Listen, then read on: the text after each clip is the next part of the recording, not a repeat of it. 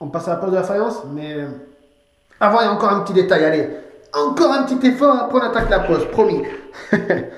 Donc, regardez les carreaux que je vais poser, du moins en faïence. C'est des 30-60, couleur noire oxydée.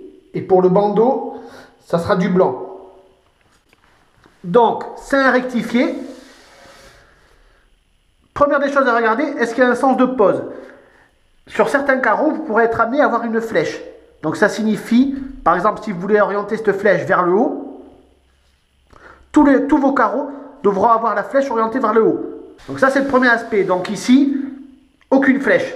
Donc apparemment, il n'y a pas de sens. Je peux le poser comme ça, de ce côté ou de celui-là. Ensuite, ce que je fais, dès que j'ouvre un paquet, je contrôle le premier carreau. Alors vous voyez, là, c'est 3 paquets différents. Je viens contrôler systématiquement, comme c'est un rectifié, l'équerrage.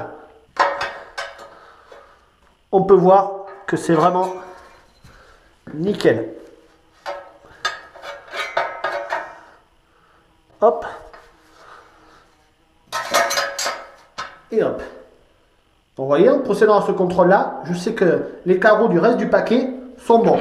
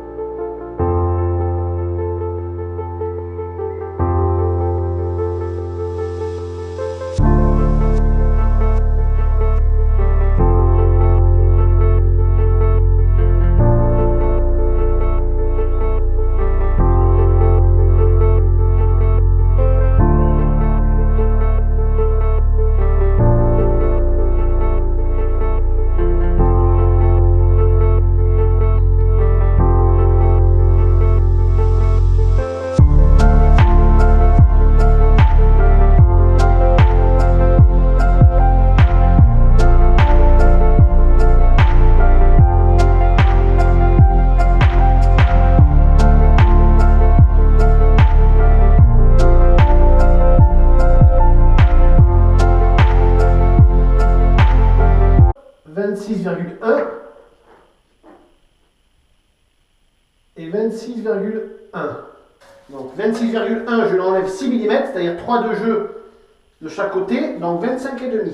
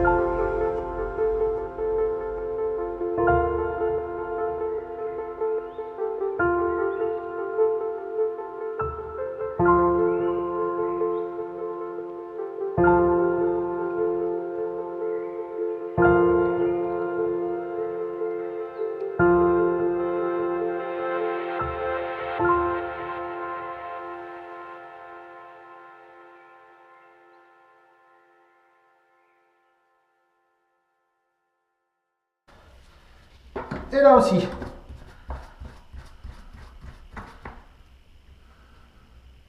Petite info technique, regardez. Ici, j'arrive à la fin de mon pot de colle. Donc, en tout cas, il me reste un carreau ici. Voilà ce que j'ai réalisé avec un pot de colle de 17 kg.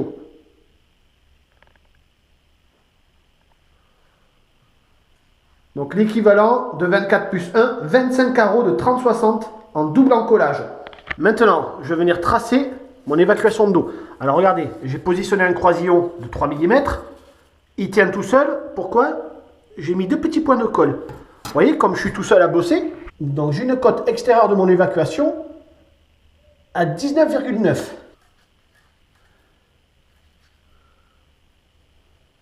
Hop là. Et avec l'équerre de menuisier, je trace.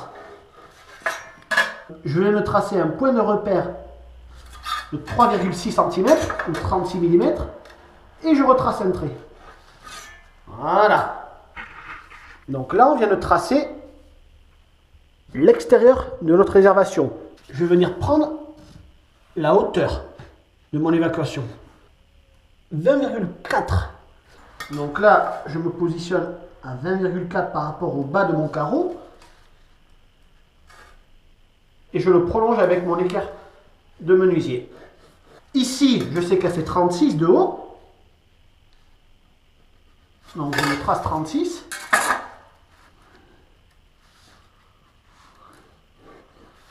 Et voilà. Donc là, j'ai l'équivalent de ma sortie. Il faut imaginer que là, ça sera un rond. Maintenant, on va se tracer les arrivées d'eau. Donc j'ai un carreau qui fait 30. Déjà, je vais regarder comment je tombe. Donc là, je tombe pile poil au milieu des évacs. Je vais tout simplement venir couper aux extrémités avec ma meuleuse. Donc c'est pas plus mal. Bon, c'est rare. Hein. Plutôt, on les a positionnés sur un carreau hein, d'habitude. Donc ici, j'ai mon premier tube qui est à 30,2. 30,2 et qui finit à 31,8. 30,2 et 31,8. Ensuite, le second. Alors, vous voyez, je pars toujours de mon croisillon, je relève les côtes de cette manière. Je ne vais pas positionner mon réglé comme ceci. De ce point à ce point, j'étends. Non. Je prends une référence ici de départ qui est mon croisillon et je fais les relever comme ceci. Alors là, je suis à 32,8, 32,8 et 34,3. Là, je trace 32,8 et 34,3. Ensuite, je vais venir prendre la hauteur.